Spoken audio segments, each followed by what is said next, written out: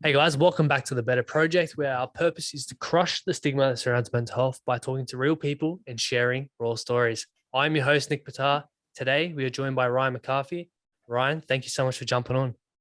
Hey, thank you for having me on, Nick. It's a pleasure being here because I'm a big fan of your podcast, and yeah, I'm glad to be a guest. Good to be on the other side of the mic. Now, I was It on is I was on Ryan's podcast last week, so if you're listening to this, it's probably already out now. When are you releasing that? tomorrow, Yeah, too easy actually. 6 a.m. tomorrow. Yeah, Awesome. Yeah. Once you listen to this one, go listen to that because I feel like it was full of value. yeah, me too. It was stacked with value. And I'm really excited to release it. It's going to be a lot of clips coming from it too. And Ryan is based in Queensland around the Sunny Coast region. I'm getting too many of you guys on. I think I'm manifesting my move up to the Sunshine Coast. Dude, what's it like living up there? It is beautiful, man. Like, I'm originally from England, and then I moved to Adelaide. First, I lived in Adelaide for about 4 years, and then I moved to Queensland. And from where I'm from in England, because it is a rough place, to now living in Queensland, it literally feels like I'm in paradise. Like Sunshine Coast just feels like it's kind of unbelievable. Like, obviously you have people and whatnot, but if you focus on the positives, it is a really good place. And I like to start my podcast. What are you grateful for today? I am grateful for I'm grateful for life in general, because all the trials and tribulations and the lessons that you learn, if you change your perspective on what life is and how you go about life, and once you realize you have control of life, you become really grateful for your being right now, because you can dictate where you go, you can dictate how you feel now. It just depends on your actions. So I'm very grateful for life. That's it, bro. And it's so true about the perspective that you do have and Mm, the words that you use. I don't know if you've seen it, but I put that clip up of Jordan Potts' podcast, and he's like, mm. so many people in a life sentence because of the words they use. And it's so Yeah. true because words can dictate the outcomes throughout your life. Yeah, exactly. And words are one of the most powerful things that we can use, because a lot of people believe that you gotta start doing like mental practices. Yeah, that's key, but being able to use your words, change your language, change your body posture, change the way you breathe, consciously act as you are feeling powerful in the moment.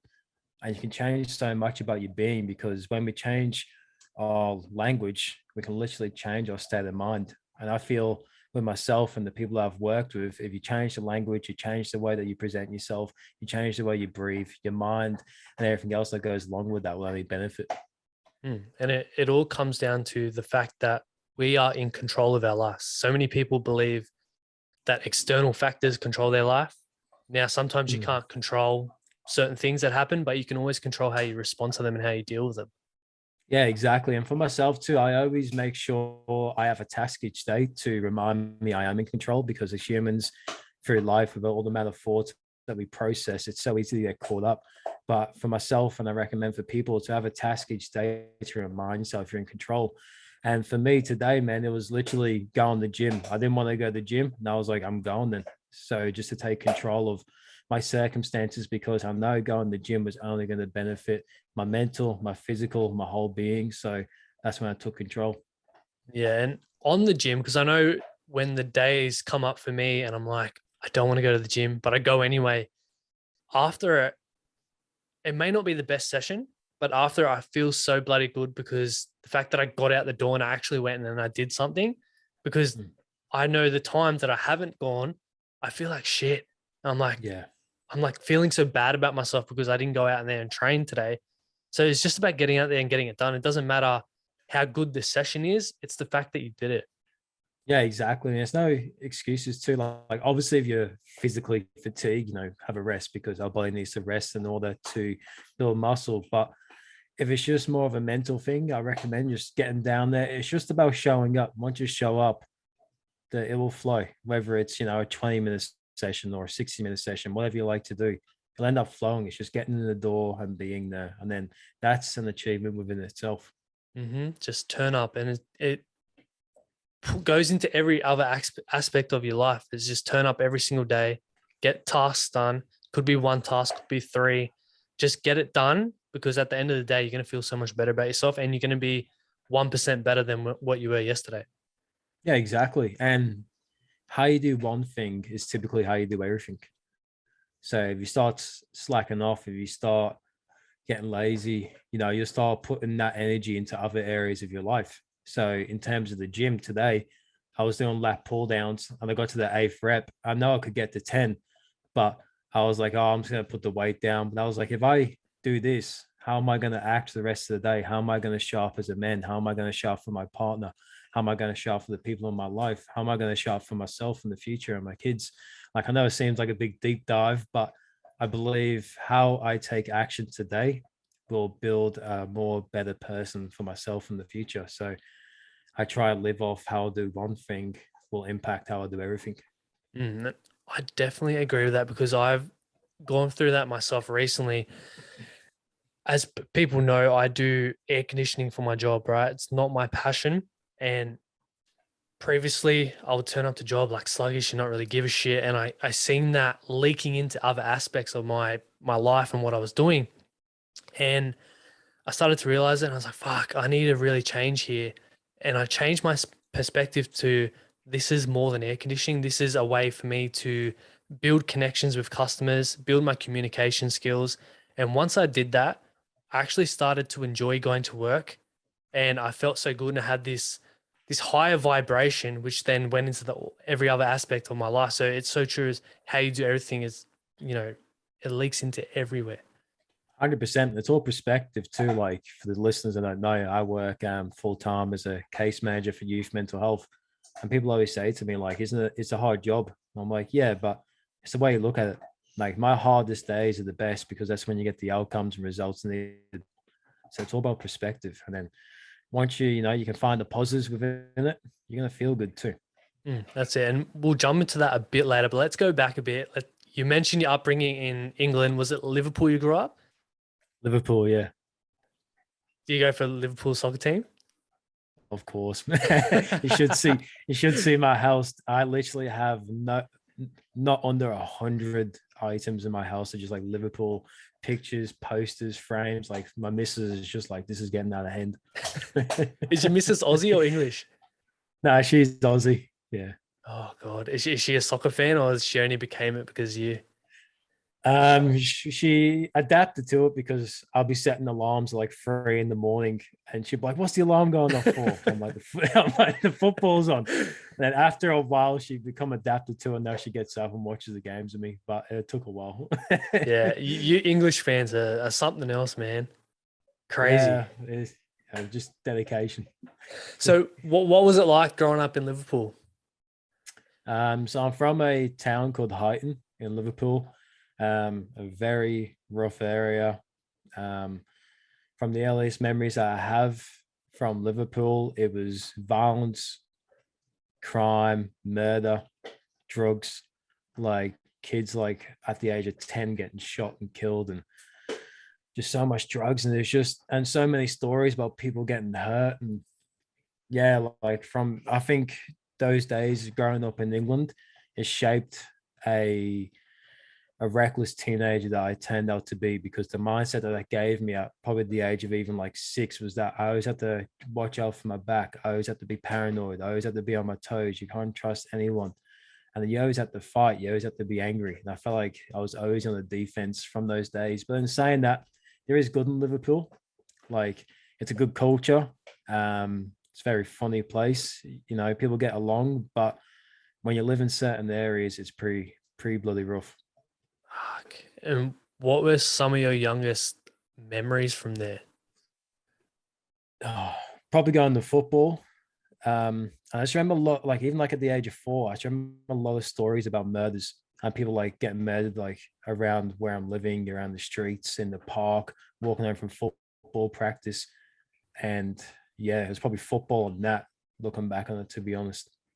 Is the whole of Liverpool like that, or was that just like kind of where you came from, like the No, ghetto no, kind of no. area? Yeah, so Liverpool's a huge city. So like every city has like a more of a poverty area. Yeah. That's why the the crime rate's so high because obviously there's no opportunities, so people find their own opportunities, and that's where that happens.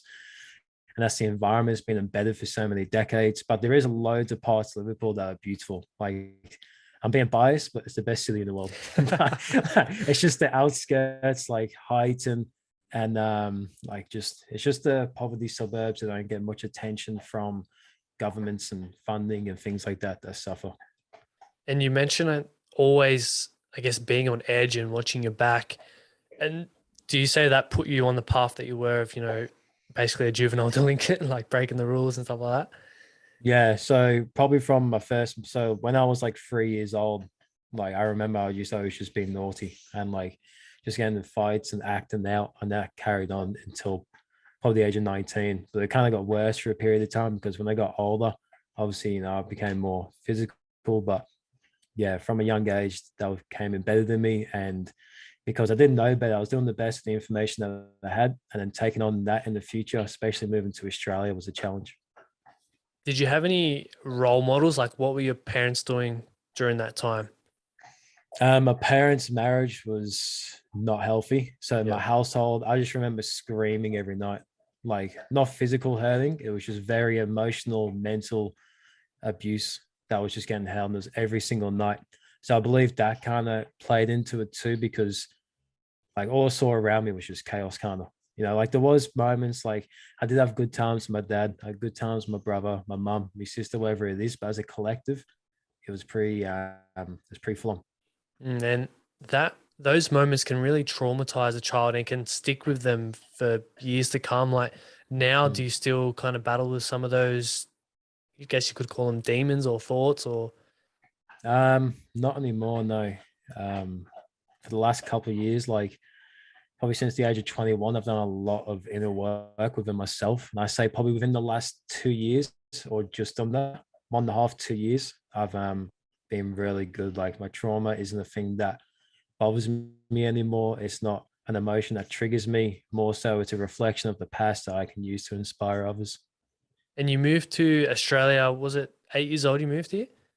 Yeah, I moved here when I was 8. So I originally flew to Adelaide first with me mom, dad, brother, sister, and we lived in Adelaide for 4 years. I moving to Adelaide was a big mind shock because the culture in Australia is so different from Highton, where I grew up. Because like just having some random say good days here on the street, I was just like, whoa, like what's going on here? You want to Because fight? yeah, I was 8 years old. I was so confused and going to school, and like everyone dresses different and everyone like talks different, and like I didn't understand like a lot of the slangs and stuff. Like yeah, so it was a challenge, especially mindset wise as well, because yeah, the mindset was completely different. Moving to like a suburban, quite good money oriented part of Adelaide, coming from a place like Highton. Yeah, that would have been a crazy experience, I guess. Bro, the sun would actually be out. You get a bit heat. Right, I left England. It was like 2 degrees. I landed in Adelaide, and they were in the middle of a 2 week heat wave. It was didn't go under 40 for the 2 weeks. It was You probably I did you was get heat stroke?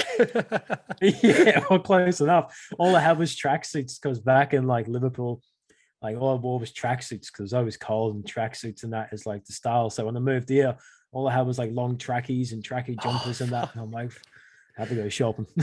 fucking hell. And you mentioned school was all new, quite well, really different from London. Did you feel like you didn't fit in? No, I fit in really well. Yeah. Um, yeah, I was really good in terms of social connections because I kind of just adapted to people and situations. It was just more so of authority that I didn't handle. So in terms of teachers and whatnot, I was really rebellious against people, I guess, just above me and older because I didn't get like getting told what to do. I think that is probably a reflection from my parents' marriage and what happened back in Liverpool as well. And did you get in? I seen you got into like drugs and stuff like that from a young age too. Is that correct? Yes, at the age of 11. So that was when I moved to Queensland. So I lived in Adelaide from 2005 to 2009, and I moved to Queensland in 2009. Wow. I couldn't Yeah. I've never done drugs in my life. So I'm new to all this kind of stuff. What what did you do? Like, what kind of drugs were you doing? So at 11, I was just at a mate's place and he pulled out like just a couple of joints of Yeah. weed. I didn't even know what it was, but I was like, all right, I'll smoke it. I always saw my parents smoking cigarettes. So I was like, oh, maybe it's just probably just a normal thing people smoke, but I didn't know the difference between ciggies and weed at 11 years old. So I just smoked it. And it was probably one of the first time at that age, building up to that age where I felt calm. I felt chilled. And I could just like sit back and relax. So from the age of 11, that's when that journey of drugs began, experimenting so many drugs. But from ages 11 till 13, I wouldn't say I was addicted. I was just more just trying stuff and having fun. But when I turned 13, that's when it became probably a daily thing. And it sounds like you continued to go back and try different things because, yeah, it made you feel good. It kind of masked the pain that you were kind of going through. Oh, 100%. It made me feel numb. Like, I don't think I felt much emotions during my drug addiction that I battle with. Like, all I remember was the only two emotions that I had was anger or happy. It was just a switch between the two. Anger if I didn't have it, happy when I have it. And it was just a back and forth between that for a long time. How deep did you go into the drug scene? You mentioned weed. I got to a point when I was like 15. I went to school on ice. I would go to school every day, just like I'd wake up every morning, have a sesh, go straight to school every single day. I'd leave school like early every day just to go have a sesh. Like I don't think there wasn't many days at school from probably at an early age that I wasn't intoxicated somehow. That's crazy. Like for me, I've only had like one puff of a cigarette and I was like, nah, Yeah. this is fucked. I'm never doing this shit.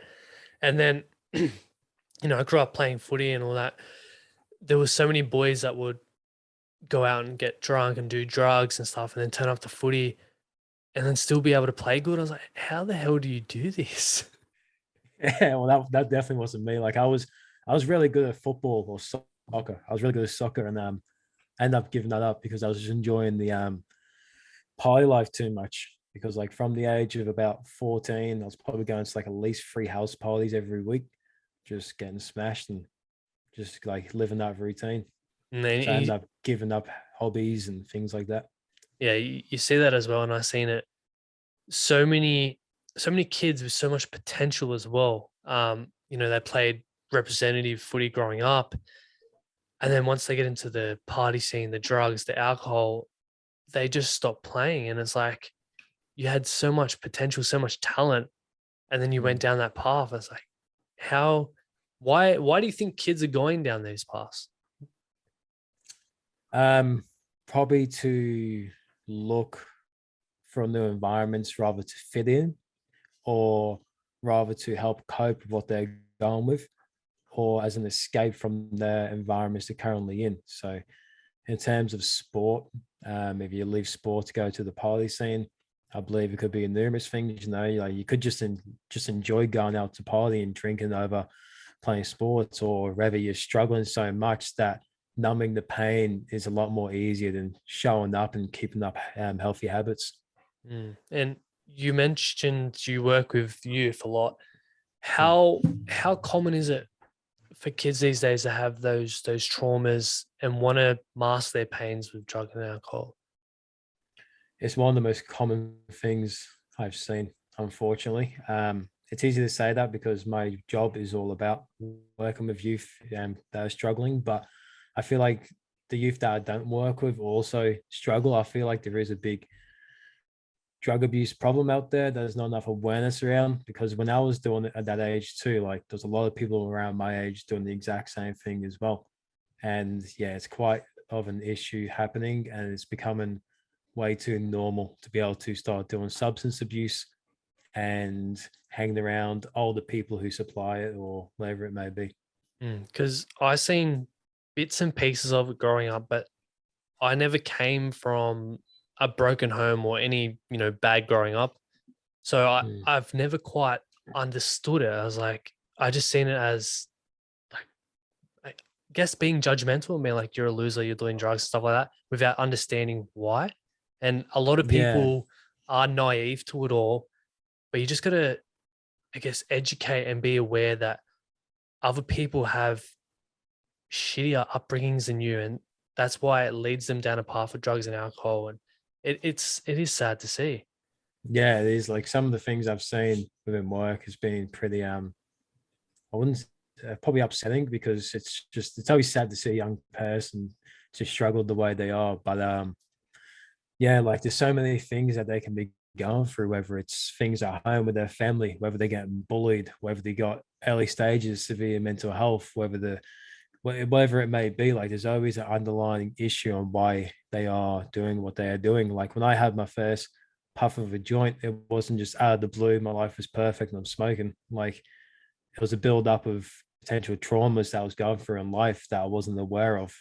And then when I took the substance, it was the only thing that I could pinpoint to what I was going through to numb it. And Mm. you mentioned ice. Let's go back for that for a second. Is that Yeah. like one of the most like addictive drugs to take? In my opinion, yes. I remember the first time I smoked ice. It was a school night, so I stayed up all night, and I remember the first puff I had on the pipe. I remember halfway through it, and I was just like, "This is the most addictive thing I've ever touched in my life." And I What was like, "I didn't even finish doing it." what was the feeling it gave you? Um, Alert, alive, godlike. Like it just made you feel invincible. And what was the come down like? About 3 days of severe depression. Really? Yeah, That's why so many people get addicted, eh? Because that low is like very low. yeah, like that time I did it, I only did it for about like 6 hours straight, but then I didn't eat for about 5 days after it. Shit. And how many years Yeah, did and you I was say you did all the drugs for? from age 11, and I quit the weekend after my 18th birthday. Okay. And what was the turning point? What made you want to give it all up? I clearly remember the night so I started off with weed, because weed was the one that I was so severely addicted to. I couldn't like I had a job. I was a chef. I worked there for 2 years. The one day I went to my job sober was the day my boss asked me if I was high, because I was acting out of character. So yeah, so I went to a party one night, and this is around the same time. I went to a party and I got drunk and smoked up and stuff. And I woke up the next day and I was like, "Fuck, I just feel shit." I was like, "I'll hold off smoking weed for a bit." And before I knew it, it was like 2 weeks later, and like it wasn't an easy 2 weeks. But about after the second day, I started to make the conscious decision that maybe I should try giving up weed a go, because I tried so many times before, but I was 2 days sober. I'm like, I think this is the longest I've gone without it. So I was like, I'm gonna see if I can keep training my mind, keep being strong, keep believing in myself, and see if I can overcome this. But in saying that, when I quit the weed, that's when all the other drugs became more heavier within my life. But You yeah, substituted it. yeah. So I quit weed in oh, the same year I quit all drugs. I quit weed. But it was like 10 months later. But that 10 month period was just yeah. I just started taking a lot of pills, whether it's codeine, Zens, ecstasy, MDMA. I just became like kind of a pill popper. And in your opinion, is weed the gateway drug to everything else? I don't know, because I know a lot of people that I grew up with smoking weed, never touch anything else. I believe it depends on the person. It depends on who you are, what's happened in your life, and what you're looking for, and the purpose and why you're doing it. Like my purpose of smoking weed was to try and get as fucked up as I can. But some people, that's why I led to other things. But then some people smoke weed literally just to feel the effects of weed. Would you say you have an addictive personality? Addictive personality. It was something that I used to associate myself with, but I think now I feel like I have control over my life, so I can control what I bring in and how much I do something before I'm aware of what it's actually doing to me. Yeah, because that takes a lot of control just to flick a switch and be like, yeah, I'm going to give up drugs. Like, not many people 100%. can do that. No, definitely not. And when I quit the weed, the main thing that helped was obviously doing other drugs. But on my 18th birthday, like obviously had a big weekend, and then like a big thing happened with all the cops running through the apartment. We had like a lot of stash happening, And then the weekend after, I was just like, I kind of scared me a bit. I was like, I don't want to end up in jail over doing this shit. So yeah, I stopped that weekend after. And I was like, I need to try and get control of my mind. I need to try and get control of my life. I was like, I'm 18 years old. And I was like, I don't think I've genuinely been happy within these 18 years of life. And I was like, I need to bring a change now. Because if I don't do it now, I'm going to go down a real deep path, and it's going to be very hard to change that, because I always had like a loving sense to myself growing up, but I never tapped into it. I think that was just like a masculine ego thing too.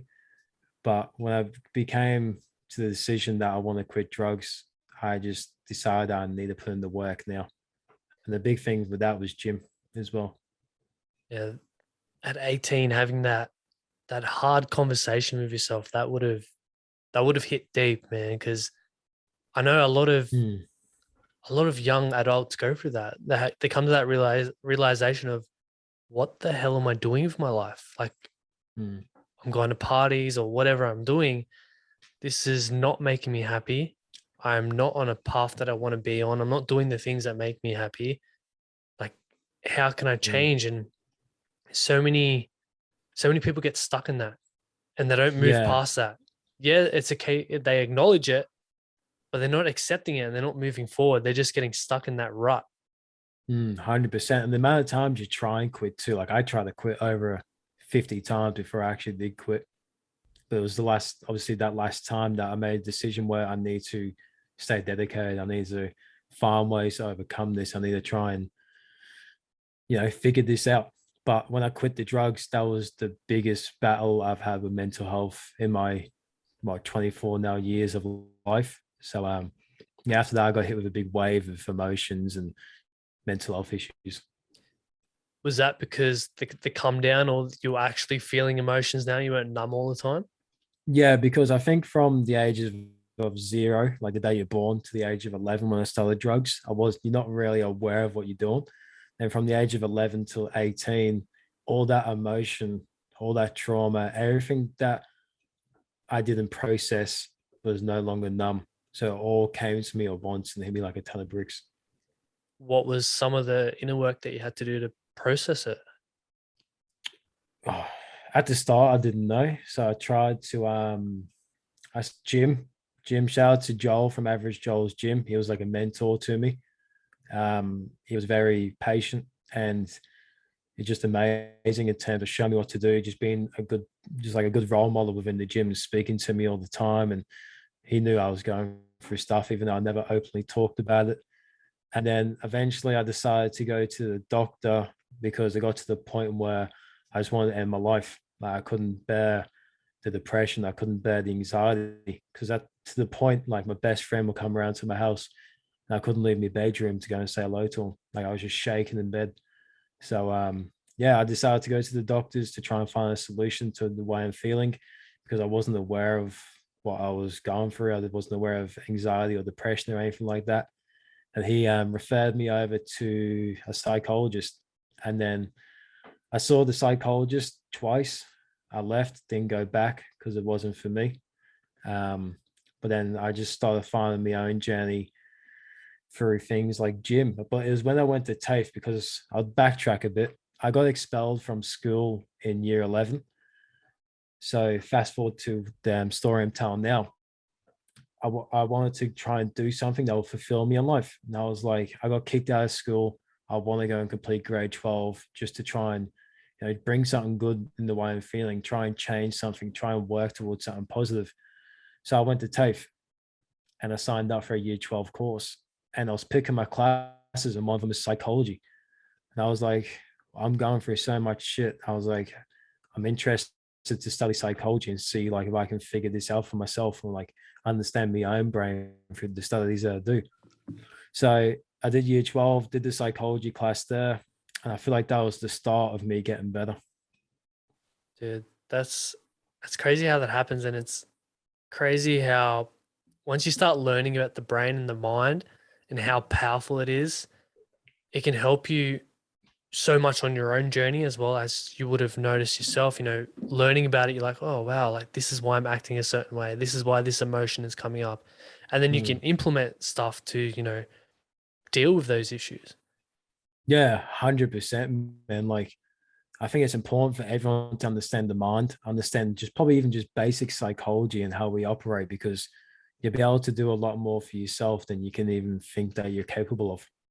Mm. And Jordan Potts said this in our podcast. He's like, it's everyone's job to unpack our subconscious mind, because there's Mm. so much hidden in there, and we have all these emotions like anger and all this different stuff that comes up, and a lot of the times people don't know where it comes from or where it stems from. But Mm. once you start to unpack your subconscious, you're like, oh wow, that came from childhood trauma, or whatever the case may be. But it's our job to do that, because you Yeah. can't continue going through life acting the way you are, acting out in anger and just brushing it off because, oh, this is how I've always been. We got Mm. to we got to go to the source of it, acknowledge it, accept it, and like move past and implement tools so you're not always lashing out. And Yeah. self-awareness is like so key and so important to, I believe, living a happy and fulfilled life. Yeah, 100%, man. And one of the key things you said there was accept, accept your situations, accept what's happened, accept what's happening now. Because that's how we truly move on. If we don't accept and we live in denial, we live with anger, we live with being pissed off, we're never going to move on. We're always constantly going to be stuck on those emotions that made us angry, because that's where we're focusing our energy. But once you accept it, you can move on. It's the same thing when people say forgive someone else for your own good. It's the exact same thing with accepting. Accept the shit that's happening, accept what's happening now, and keep thinking of what you can do in the present moment to build yourself to that 1% to the next day, like we are talking about earlier. And once you accept it as well, a big key which I learned. Have you heard of Dan Cross before?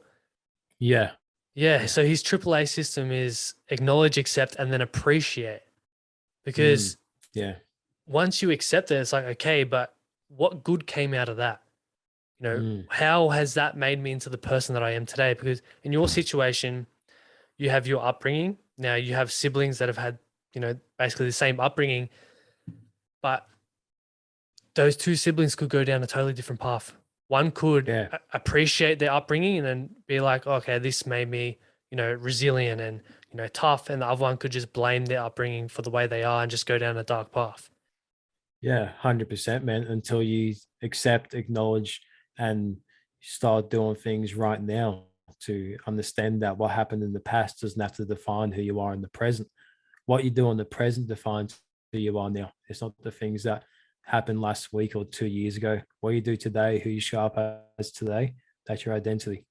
And on your past, on your upbringing, what do you appreciate about it? Every detail I appreciate being from Liverpool. Like, I'm very proud of being from Liverpool. Even though I said all those bad things about it, I am a very proud Scouser. Like, I love Liverpool, but all of it, man, because I feel like everything happened for a reason. Everything that I went through, ups and downs, because life's not easy. And I don't regret, or I wouldn't change anything. I would, if I had to relive my life, I'd relive it the exact same way. I'd go through all that pain, but then I'll experience all this happiness and love and gratitude that I'm feeling now. And I love that you mentioned everything happens for a reason, because it's so true. And hindsight is a beautiful thing. At the time, you're like, fuck, why is this happening to me? I hate my parents. I hate my upbringing. I hate where I live. But you go 10, 15 years down the track, you're like, this is why, this made me into who I am today, and I'm a big believer of, yes, everything does happen for a reason. Yeah, everything 100%, man. And you've always got to think about the future you's going to appreciate you so much for what you do now. Like, when I quit drugs and I battled through those mental health issues that I went through, like, me looking back now, just is so grateful for that person that didn't give up, that person who kept fighting, that person who believed in himself. And looking back, like, I'm my own role model. Like, I look up to myself, and that's just because the shit I've gone through, and I know that I'm capable to get through anything else in life. And on that, you mentioned you wanted to end your life at some stage. Did you attempt to take it? Sorta. So I walked down to the beach. The plan was to try and drown myself, but I got like knee deep and I shit myself, and like I walked off just crying my eyes out back to my house. I lived on a place called Brabi. It's like an island just surrounded by water. So yeah, I walked down the beach, shit myself, walked back, and then it was mainly that time when I was like, all right, I need to go and speak to the doctor and see what is happening and see what help I can get. Well, I'm grateful that you're here today because yeah, you're doing awesome work, dude. And I guess grateful for the way that you kind of attempted to take, your life because you had time to think about it. So many No, 100. people will like say jump off a bridge or jump off a building. Once you jump, you're gone. Yeah, yeah, 100%. And mine wasn't like it wasn't like planned for weeks. It was literally me just going for a walk in the middle of the night, just like lost. And then I just decided, fuck it, I'm here. I might as well do it. But yeah, last minute, I was like, nah, I can't do this. Like, I've come this far. At this stage, I was 2 years sober. And I was like, I've been 2 years sober. Like, I just need to keep going. Like, I need to see what I'm going to be like in 2 years' time from now if I've come this far. I wonder how many people actually regret it once they say jump off a building. I believe the percentage is high. And I'm not just guessing that. I was actually reading a article about it. I'm not sure on the exact number, but I know like within moments before it ends, a lot of people regret going for it. How do they get that statistics if the person is, you know, gone? Um, I don't know. I'd assume it might just be through human behavior and studying the brain Yeah. and how we operate, and probably fight or flight situations when we act, and then when we do something that we regret straight after. Like if someone just randomly punches someone for no reason, then straight away they regret it. Like I Yeah. think they might try and get the statistics from situations like that, but at the same time, like you said, it is hard because they're not really, yeah. Yeah, it's a hard one, and I'm gonna be because I'm gonna have do you know Kevin Hines? No, I don't. He's an American guy. He jumped off the Golden Gate Bridge and he survived, Mm, like trying to take his wow. life. And I'm gonna be getting him on the podcast, so that is definitely something I'm gonna ask him because Mm, I guess I'm haven't been in that position before, but me thinking about it now, I would probably regret it. yeah, yeah, because then obviously, because now you've seen the growth that comes from yourself, from believing in yourself and putting in the work. Like you've been through that, and now when you reflect on it, you're like, shit, look how far I've come from this small amount of time of me just believing in myself. That's all, bro. Just believe in yourself, put in the work, because I mention it so many times. Once you put in that work, you'll be surprised how much you can actually achieve and how much you can actually grow in a short period of time too.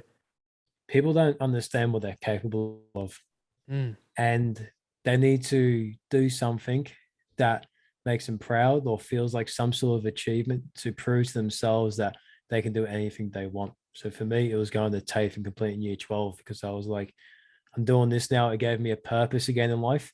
So I had that purpose. I had something to live for. And then from there on, I just built on that. Once you completed year 12, what was your next kind of steps? So around that time, um, my mental health wasn't great. It kind of went back a bit because I got hit by a car. I fucked me back up now. I couldn't go to the gym. I struggled to walk for a couple of months. And then I finally got a job interview, got the job. Then the day before I was going to start the job, I was at the gym again. Just got back to the gym. I had like a 20-kilo plate. I was hanging it back up in the racker about 6 feet in the air, dropped it straight in my foot in the moon Oh, booth in the moon booth for 6 weeks. And I was just like, bro, like everything's going against me. But I was just like, I need to keep believing. I need to keep believing. So at that time, I started mental health experience. I was like, well, my moon boots on. I got nothing else to do. I'll start mental health experience and just kind of just put my shit that I'm going for out there for the world to see if I can help someone else that is in my community or someone on the other side of the world. Just, give tips on little things that help me or just post quotes that have inspired me onto my page. So I started mental health experience.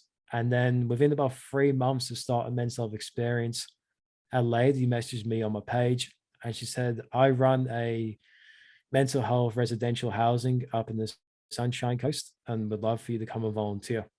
And at that time, I was in my moon boot, and I was like, you know what? I got nothing else on mental health. I do care about it, and I feel like it's become my passion. So I started volunteering at that residential housing.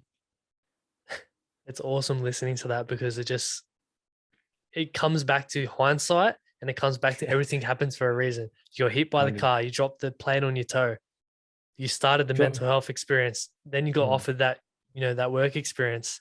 That is yeah, that's that started crazy. my that started my career in mental health for the last 4 years. So breaking my toe was the best thing that happened to me. And so you work with youth, what does that kind of involve? So I do case management. So I run quite a few group programs every week, up to about 15 kids tops. Besides when we do touch footy, it's a big group. But a lot of groups, but a lot of one-on-one stuff to help support them through life they're going with. So rather mental health, legal issues, housing, education, employment, the list goes on. It just depends whatever any kid is struggling with. We are there to support that and get them outcomes and what they want to achieve, or even if it's just somewhere they like if they got nowhere to sleep tonight, we try and organize that. And yeah, we just trying to help as much kids as we can on the Sunshine Coast. Yeah, so it's just being that support system for a lot of these kids who may not have that at home. Let them know they're not alone. And there is additional support out there because even a lot of youth, they feel ashamed to speak to their family and friends about what they're going through too. So to have an external support can be amazing for some people because like we're a voluntary program as well. So we don't go and speak to their family if they're over at the age of 12 about what we're doing with them or what they're going through unless they give us consent to. So it's very confidential, the work we do with the kids as well. Mm. Yeah, we need to get to our youth a lot earlier because the suicide rates of youth, especially during these times, these COVID times, they're increasing, and it's sad to see. Like me being a father now, I couldn't imagine my daughter when she gets older being in the headspace of I want to end my life. There's Mm. no there's no worth for me to be here anymore. Like I could not imagine that. Yeah. And it's also trying to respond to that too, that situation arises. It's just getting the tools equipped. It's not like you're trying to expect the worst. And I know you got to think positive and think of the good outcomes, but I feel like just having tools to be prepared for situations is good also in terms of especially your family. And I think a lot of it does come down to safe environment and being able to feel comfortable opening up.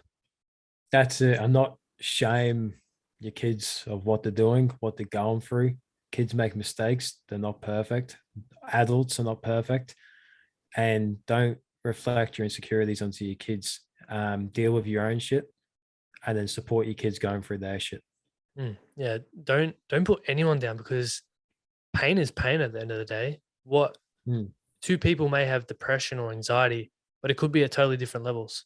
And one person may be able mm. to handle it a lot better than the other one. So it doesn't mean you should put that other person down for it. Yeah, exactly. Don't put them down. Don't judge them. Just try support. And if you can't support them, find a resource for them that can help them. What's the feeling like being able to have an impact on a young person's life? It would be fulfilling, wouldn't it? It is so fulfilling because when I started working in mental health, I started working with adults, ages 21 and over. But then when I started working with the youth, like, because it's a lot of similar situations to mine that I see on a day-to-day basis, and also a lot worse. But it is so good to be able to know that you're there for people to support them, no matter what they're going through. You're there with just unconditional love and unconditional support, and trying to get them on the path that won't send them the wrong way in the future. Just try and put some stilts and like a framework in place for them to try and have something to build on. Has working in this kind of space helped you to grow as a person? It literally changed my life. When I started working in our residential as a volunteer, like I was lost. And then within about a year and a half of working in the mental health space, it humbled me a lot and it matured me a lot. And also it felt like it gave me permission to be open and work on myself more. And I say it definitely changed my life, and especially my mental state. What'd you learn about yourself? Um, I was always masculine. I was very stubborn. Um, I wouldn't listen to many people. Um, I learned a lot, and just to be, and especially the social side of it, because my job is all about communication. So, like, you speak with some people, and to communicate is hard. So you got to try and be able to be a good communicator. But prior 3 years to start on the mental health, I couldn't leave my bedroom to speak to my best mate because I was shaking.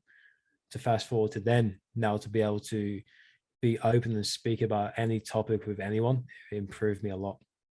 And it makes you relatable to the kids that you're working with as well, because you've gone through a lot of similar situations that they have, so they feel more comfortable talking to you because they can relate. Yeah, exactly. And the way I go about it, I sometimes reflect if it's relatable to my upbringing or whatever it is. And when I was coming up, man, I just didn't want to get told what to do and bossed around. So with the kids, I don't boss them around. And obviously, you gotta have rules in place and stuff like that. But just don't be a dick about it. Just be very laid back, have fun. I think that's huge as well. Have a laugh with them, be open and raw. Like, I'm very transparent with my life, my upbringing, what I've been through, my aspirations in life. So yeah, I'm literally just myself at work. Where are you looking to take the mental health experience? Eventually, it is going to be a worldwide organization that has programs out there for communities, especially communities that are low funded from government. So I can create opportunities for people in those areas, young and old, adults and youth as well, because adults deserve a crack of life. So I want to create programs around the world to be able to give people opportunities. Yeah, I think that's very important, especially when it comes to running those programs in schools, because Mm, I feel like a lot of the times, the whole education system's failing our next generation by not talking about mental health, not teaching these kind of things, and not giving kids tools and tips so when these emotions arise, they know how to deal with them. I didn't know what depression, anxiety, or a psychologist was until I was about 19. Mm, Like, I same. was not aware of any of that in school. So reflecting back from speaking to people, we did have guidance officers, but I never saw them. I never knew of them. We had a chappie, but the only time I go to the chappie is just to play PlayStation. So there wasn't any conversations about life or what you're going through or that openness. It was just it kind of felt very slack. Yeah, I definitely agree because as I mentioned on yours, I grew up experiencing anxiety and I didn't know what the hell it was. Mm, And it affected me a lot throughout my upbringing. If I only knew what it was, if I only had the tools to, deal with it when it arose, it would have helped me so much. yeah, exactly. And it would have made it a bit more easier for you on the path that you went on as well, because you Mm, wouldn't have to suffer for the amount of time that you did. But the beauty of it now is that you're equipped.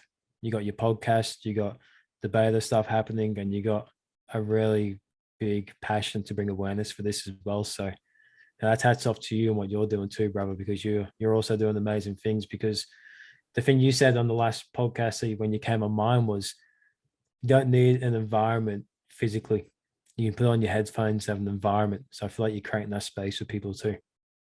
that's it. And for the listeners, we'll kind of touch on that a bit, touch on that now. The saying is, who you surround yourself with can help you grow as a person and develop you. But sometimes people don't have those actual humans in their life. Mm, Sometimes they may be in a toxic household or toxic workplace. And what I've learned is it doesn't actually have to be physical people. It can be podcasts, audiobooks, physical books, whatever the case may be. It's whatever you're putting in your head. It mm. should be positive. Like put all this positive stuff in your head because then you're going to shut out that negative stuff that's happening in your physical life. Yeah, exactly. And also be aware of the information you're intaking at nighttime and in mornings as well, because that's when our brain is vulnerable in the theta brainwave state. Because we're in the theta brainwave state, that's the exact same state we are in from ages that they were born up to the age of 7. And that's when we take in the most information and actually restore information in these theta brainwave states. So the information you take in before bed and after waking up, your mind stores subconsciously, keeps it there, and you remember it. So be careful with what you're putting into yourself at those times as well. Like obviously all the time, but at nighttime, chuck on like a speech, like a TED talk or something you find interesting or something that's going to build something towards your life, because your brain will literally take it on as value and it'll remember it. That's it. And I'll share something. My mum, before she went to bed, she would watch these random TV shows or be on her phone and stuff. And I told her, turn that crap off, do like meditation or listen to a podcast or something. And now she meditates, she journals, she writes her gratitude in. And bro, she's sleeping so much better at night. Like before, she would get up in the morning, she was like, oh, I had the worst night's sleep. I'm like, yeah, because you stayed up all night watching TV. Now, once she flicked the Yeah. switch and started implementing all these new stuff into her nightly routine, bro, her sleep's been good. And you can feel the energy is different with her too. Like she's confident, she feels good about herself. That's amazing to hear, because it's so true, man. Like, think about it, if you're watching TV or scrolling on your phone before you go to sleep, as soon as you put that down, there's so much information to process that your brain has to do before it decides to shut off. So you got to be careful with your consumption of information as well. Mm. And also, don't be hard on yourself if you catch yourself out. Like every now and then, I'll catch myself having a scroll on TikTok at night, but it's also not about beating yourself up for doing it. As soon as you acknowledge it, take action on it, accept it, and then act on it, and then just change what you're doing. So like, oh shit, I caught myself out. All right, put it down. All right, what do I know that is going to be purposeful to me? And then I implement that. That's it. It just comes back to self-awareness. 100%. And I believe like breath work and meditation was the biggest key to be able to take control of my mind as well. Yeah, because for me, I was on that same path as my mom. Like I'd be on my phone scrolling for Instagram and stuff. Now about half an hour before I go to sleep, put the phone Mm. down. I do 10 minutes meditation and then I do 20 minutes of journaling and gratitude. And I'm sleeping so much. Like I have a baby now and I'm not even waking up half the time. That's awesome. That's also because I saw you bought the book Atomic Habits, so you'll like that book. It's all about the compound effect. Yeah, it's a great book. I've actually read it before. Funny story on that. I've read it. I lent it to a friend, never got it back. And I was like, fuck, I want to read it again. So I had to buy Got a fresh copy. it. Yeah, don't lend your books out unless it's someone No. that's going to give them back. Yeah, exactly. That's why I love like book exchange places. You know, you hand in the book, you get one back, and it's quite a few around here. Yeah, there's where I live on the main roads, people have like these letter boxes, these book letter boxes, and they put books in them. Yeah. And Yeah, people they're can go cool. and like take them out and then put them back. That's a pretty cool initiative. Yeah, it is. And it's such a good way to, share your favorite book with someone, and you give them your favorite book, and just keep that thing rolling. Let's jump into your podcast. So it's the One Talk podcast. I was a guest on it. What made you want to start it? And what lessons have you learned from podcasting? Because it's a crazy journey, isn't it?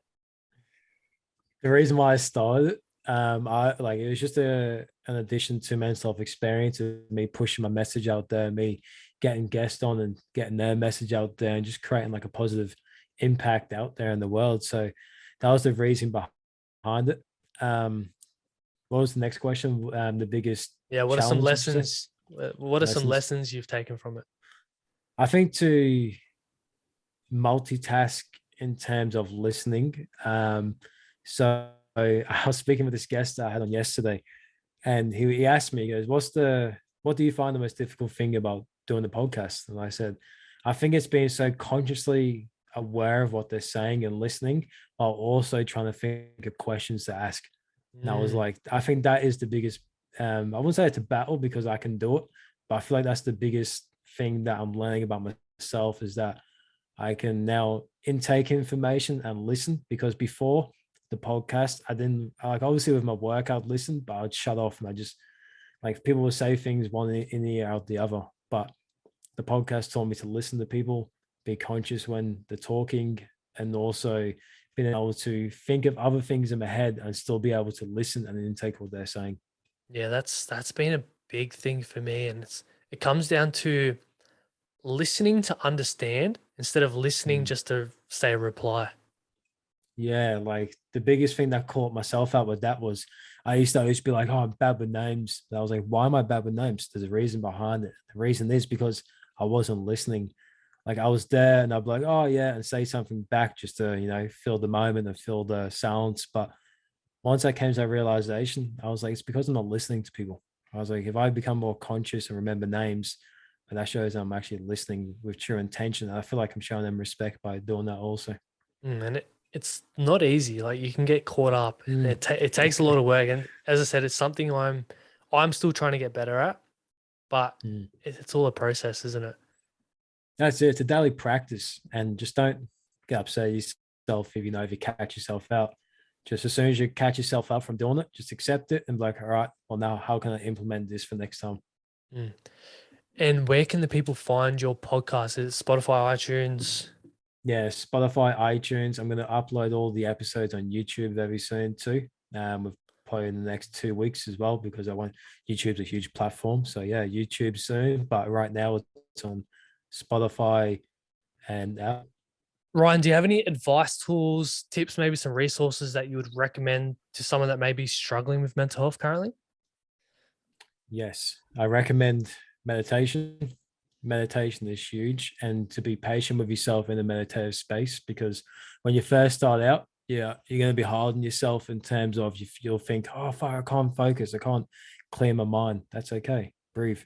5 seconds in, 5 seconds out. Keep it going. A thought comes back into your head. Cool. Keep breathing. Keep breathing. And then the more you do it, the more you'll be able to block out those thoughts and just flow in the meditation set. So meditation, breath work, just do some research about health conditions because I know with pregnancy and heart conditions, you got to alternate it. But breath work, meditation, exercise is huge. It doesn't have to be a powerlifting session at the gym. It can literally be going for a walk around the block. It can be some push ups at home, like just any type of body movement, stretching as well, eating healthy. So that doesn't mean like you got to be in a consistent diet, but be careful of what you're eating because your stomach is your second brain. So don't give it too much unhealthy foods and journaling and set intentions for your day as well. So when I journal, I set intentions and how my next day is going to look and what emotions I'm going to feel and how I'm going to handle situations as they arise. So it's like, if I feel a moment of anger, this is how I react. I mean, this is how I respond. I just go for like a little list like that. But those tips and tools is what keeps me steady, and it seems to keep a lot of other people steady too. Yeah, that's awesome. And I love that you mentioned your intentions for the day. What was your intention today? My intention today was to embody authenticity because it's an intention I set when I have a podcast is to embody who I am, it's embody my message and to not um to not try to think of the right word. I wouldn't say like to beat around the bush probably because sometimes in the past I have beat around the bush when I was going through mental health just to not tell what was actually happening. So now when I do a podcast, I make sure I embody who I am now so I can bring my best self to the podcast. Yeah, you're being authentic. You're not trying to, I guess, put on this fake persona, you could say. Yeah, exactly. It's literally like me setting an intention to be an open book. Mm. Yeah, Mm. and authenticity is so important, especially well, important all the time. But I think these days you can cut through the shit a lot more. Like you can see when someone Mm. is not being themselves. Yeah, exactly. And especially with like I love social media if you use it for the right reasons, but there's a lot of non-authentic things happening out there that people are consuming. And I'm not saying that, you should change everything that you're following, but just become aware of it and then make a decision for yourself. Mm. I've got a few questions for you. First one, Yeah. how do you define success?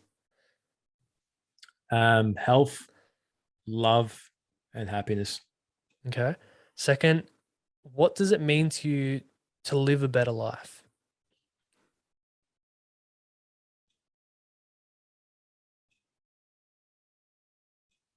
I haven't froze. I'm thinking. That's all right. Well, it means to me, I can't want to give a generic answer and say everything because to live a better life is going to give the people around me a better life. So when I live a better life, I know the people around me are only going to receive from that. Awesome. And this last question, I actually got it out of a book. When your time is all up and done in this earth, what are 2 words you would want people to use to describe you as a person and that the life that you lived? Impactful and genuine or loving and impactful. Awesome. Why those 2? Because I really want to make an impact in the world with what I'm doing with mental health experience. And I want, hopefully, when I pass away, I've done that impact. So hopefully, people can use that term for myself. And in terms of loving, I show up every day with intentions to lead with love. So I want that to be a mark on the world when I'm gone, is that people know my intentions were from love. Love is the most powerful emotion, I believe, and it can shut down, anger and all that stuff. Have you heard the saying of anger knocks on the door, anger opens, it becomes like enraged, more anger. But if anger knocks on the door and love answers, there's no more anger.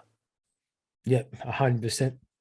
Yeah, 100%, man. Like with my, you've always got to lead with love. Like I've been in a relationship now with my partner for 2 years, and we've had one argument in 2 years. That doesn't mean we don't have disagreements, but we understand each other and always lead with love. And then it just creates a better life if you just lead with love because you're going to receive back what you put out in the world. Mm. Lead with love and make sure your cup's filled. Don't go into Mm. relationships with an empty cup and expecting the other person to fill it up. Yeah, no, it won't happen. You've literally got you got to bring value to each other. You know, you can't expect someone to bring all the value to the relationship and then you live a happy life. You know, like because your partner also wants a best version of someone to be there for them. Like obviously you do have downtimes and that's when their support is there. But when you have an expectation for a relationship, you're looking for a certain person, and that person that you're going into a relationship with is expecting the same thing. So continuously to love the person that you're with and lead with love with that person.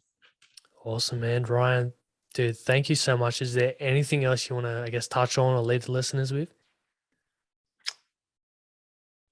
No, I just thank you for the opportunity for me to come on here and tell my story. Anyone listening to this right now and you're battling addiction, feel free to reach out to me. I am happy to talk to anyone about what they're going through to offer advice. I could give a generic answer on the podcast, but everyone's situation is different. Everyone goes through different things. And if you reach out to me, I'll give you the most genuine answer I possibly can. Awesome. And where can the people find you on Instagram? Mental health experience. Cool. I'll put all your links in the bio. Dude, thank you once again. I've enjoyed this connection, man. Yeah, Honestly, I, same. I feel like I feel like we vibe, we get along, and I've enjoyed both podcasts. So I'm keen to hopefully get up to Sunny Coast, as I mentioned last time, and connect in person. That'd be awesome. 100%, brother. I'm keen as. Yeah, if you come up, let me know. There's always a spare room of mine for you, the missus and the kids, brother. So yeah, let us know. Appreciate it, man. And for all the listeners, thank you once again for tuning in. If you got some value out of it, which I know you would have, please remember to like, share, and subscribe. Give us a rating on iTunes or Spotify, all that good stuff. Just helps me to continue growing this podcast and reaching more people. Thank you, and we'll see you guys in the next episode. Cheers.